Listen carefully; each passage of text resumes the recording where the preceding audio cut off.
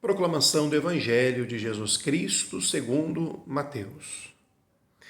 Depois da multiplicação dos pães, Jesus mandou que os discípulos entrassem na barca e seguissem à sua frente para o outro lado do mar, enquanto ele despediria as multidões. Depois de despedi-las, Jesus subiu ao monte para orar a sós. A noite chegou e Jesus continuava ali, sozinho. A barca, porém, já longe da terra, era agitada pelas ondas, pois o vento era contrário. Pelas 3 horas da manhã, Jesus veio até os discípulos andando sobre o mar. Quando os discípulos o avistaram, andando sobre o mar, ficaram apavorados e disseram: "É um fantasma!" E gritaram de medo. Jesus, porém, logo lhes disse: "Coragem, sou eu, não tenhais medo."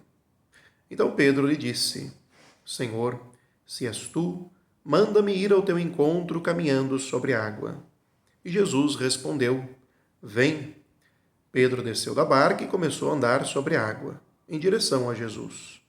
Mas quando sentiu o vento, ficou com medo e, começando a afundar, gritou: "Senhor, salva-me."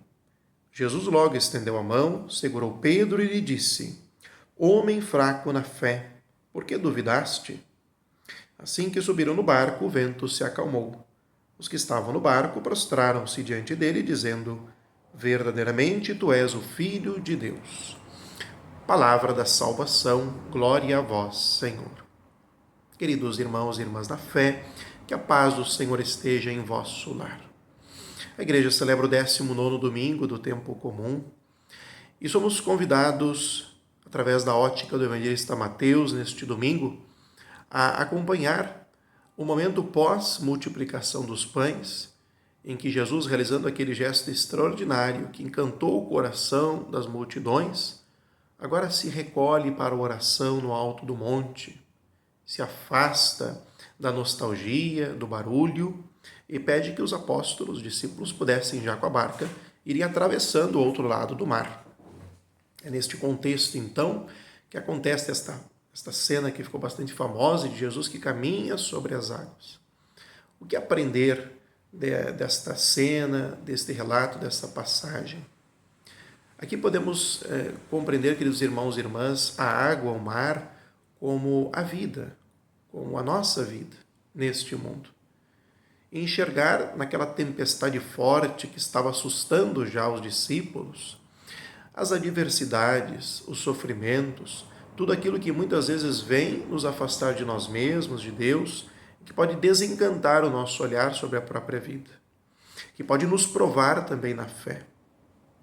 E a barca como a imagem da igreja, esta barca que o próprio Jesus criou para que aqueles que aderissem a Ele, que buscassem a salvação no seu nome, pudessem juntos ir navegando pelos mares da vida e superando as adversidades.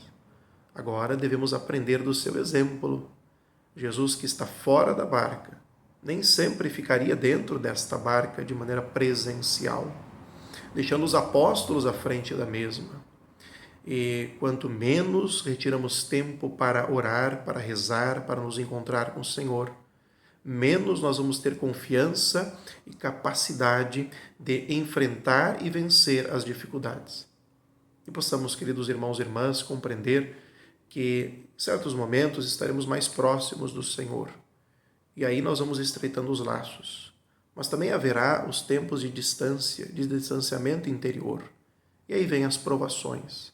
Necessitamos, enquanto igreja, juntos, unidos, olharmos para frente, para o horizonte que nos está posto, a salvação, e realizarmos a nossa missão, mas sem esquecer da necessidade de oração, de silêncio, de descanso, para que possamos comunicar bem a vida e o testemunho do próprio Senhor.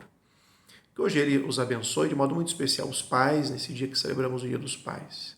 Aqueles que têm seus pais, aqueles que não têm, que rezem pelo descanso dos mesmos, e que possamos valorizar aqueles que nos precedem, aqueles que nos amam. Que hoje o Senhor os abençoe em nome do Pai, do Filho e do Espírito Santo. Amém.